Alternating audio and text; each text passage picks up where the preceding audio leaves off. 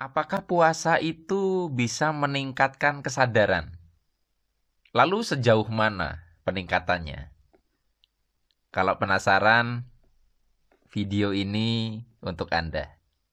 Biasanya manusia itu seperti ini, gitu ya. Sebaik-baiknya orang ada potensi jahat dalam dirinya yang belum terstimulasi. Sejahat-jahatnya orang ada kebaikan di dalam dirinya. Yang ini kalau kita sentuh terus ini mau besar.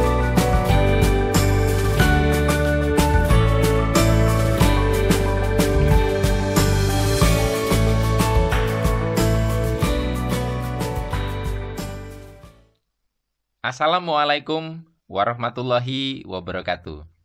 Jumpa lagi kita berjumpa dengan saya, Arif Rahutomo atau Arif RH dalam rekaman video iseng Reborn. Cie. Teman-teman, puasa sebagai salah satu ritual ya. Saya meyakini di kebudayaan lain, aliran kepercayaan lain selain Islam, agama lain ada ya ritual semacam puasa gitu. Karena ini momennya puasa Ramadan, bulan puasa, kita jadikan tema. Jadi walaupun saya berbicara dalam konteks Muslim, Anda bisa mengambil intisarinya ya. Katanya sih dengan berpuasa akan terjadi peningkatan kesadaran. Ini kalau dibahas macam-macam panjang ya. Kalau mau dilihat dari ketika manusia lapar itu gelombang otaknya cenderung alfa. Gelombang alfa itu pikiran bawah sadar terbuka dan sebagainya dan sebagainya. Penjelasan secara religi begini begitulah.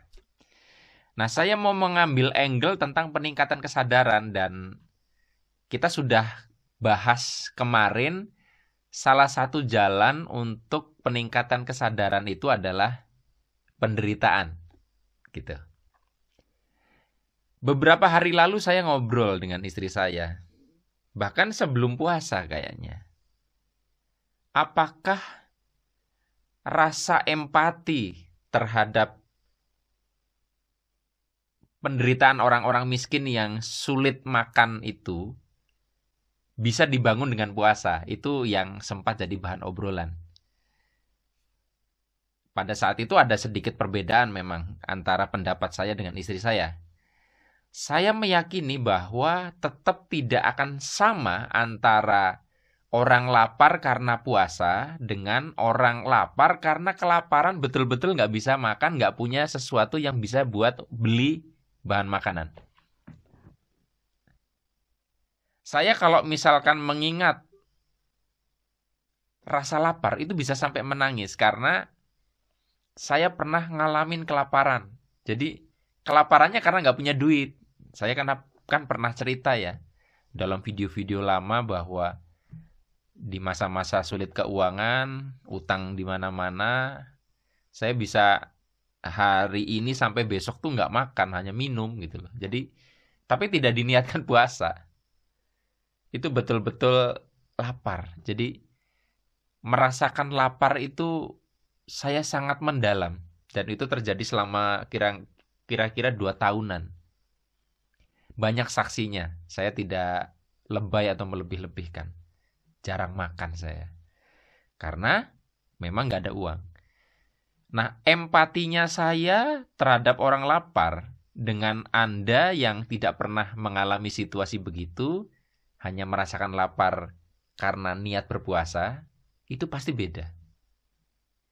Makanya ada yang nanya, saya sudah rajin puasa kok peningkatan kesadarannya berbeda misalkan dengan saya. Jelas karena rasa menderitanya kelaparan itu dengan puasa itu beda. Emang Anda puasa semenderita itu? Enggak, karena Anda sahur. Anda nanti buka sudah dipersiapkan mau makan apa. Sementara waktu itu saya nggak ada yang dimakan waktu pagi, nggak ada yang dimakan waktu sore, dan situasinya bukan situasi orang berpuasa sehingga saya sering melihat orang makan di warung sementara saya hanya melihat dari kejauhan nggak bisa beli makan gitu. Penderitanya beda. Jadi misalnya ada di antara Anda yang sudah ikut Ramadan berkali-kali, ikut berpuasa berkali-kali, tapi Anda merasa peningkatan kesadarannya kurang. Ya jawabannya sederhana, karena Anda belum pernah ngerasain kelaparan. Kayak gitu. Apakah terus Anda harus miskin? Nah ini makanya kemarin video saya jelaskan bahwa orang akan mengalami penderitaan melalui jalurnya sendiri-sendiri. Tetapi dalam konteks puasa kita bisa lihat bahwa antara sesuatu yang disengaja dengan itu adalah sebuah penderitaan yang alami, itu beda. Jadi buat teman-teman, jangan di satu sisi mengatakan bahwa dengan ritual ini bisa menggantikan fenomena aslinya, tapi jangan juga menjadikan hal itu sebagai alasan, ya sudah nggak usah puasa, toh tidak bisa menyelami rasa lapar yang sesungguhnya. Bukan begitu maksud saya. Ini memberikan jawaban kenapa banyak pejabat yang setiap Ramadan berpuasa, tetapi masih tega untuk misalnya membuat beras hilang dari peredaran pasar, membuat minyak goreng lenyap. Padahal ya muslim. Karena mereka kemungkinan nggak pernah merasakan lapar. Nggak ada empatinya makanya.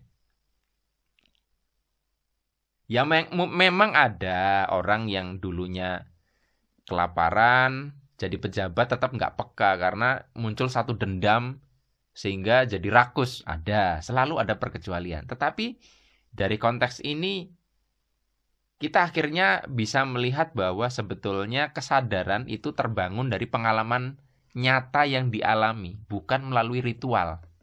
Ritual itu pengkondisian, dan pengkondisian itu kita sudah siap dengan apa yang akan terjadi. Antara Anda dipukul karena memang siap dipukul, oke siap dipukul, Anda sudah sempat nahan napas, mengatur otot perut, lalu bok, itu rasa sakitnya beda dengan Anda lagi tidak ada persiapan, tiba-tiba dipukul orang. Nah, kehidupan itu, kejadian nyata dalam hidup, itu seperti kita dipukul tanpa persiapan. Artinya sebetulnya ritual apapun yang Anda lakukan, teknik-teknik apapun yang Anda pelajari melalui penyengajaan, level kesadaran yang terbangun tidak akan sama dengan Anda menjalani kehidupan sesungguhnya. Anda membangun rasa prihatin kemandirian dengan jauh dari orang tua ngekos, itu tetap tidak sama dengan kemandirian seorang Nabi Muhammad yang memang yatim piatu. Beda, walaupun sama-sama nggak ada orang tua. Karena itu alami, ini karena kondisi. Jadi artinya maksud saya, kalau begitu, bagaimana cara jalan peningkatan kesadaran yang tepat?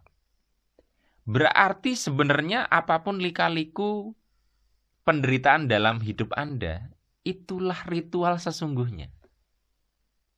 Jadi yang namanya sholat puasa itu latihan. Jadi praktek nyatanya ya waktu menjalani kehidupan nyata.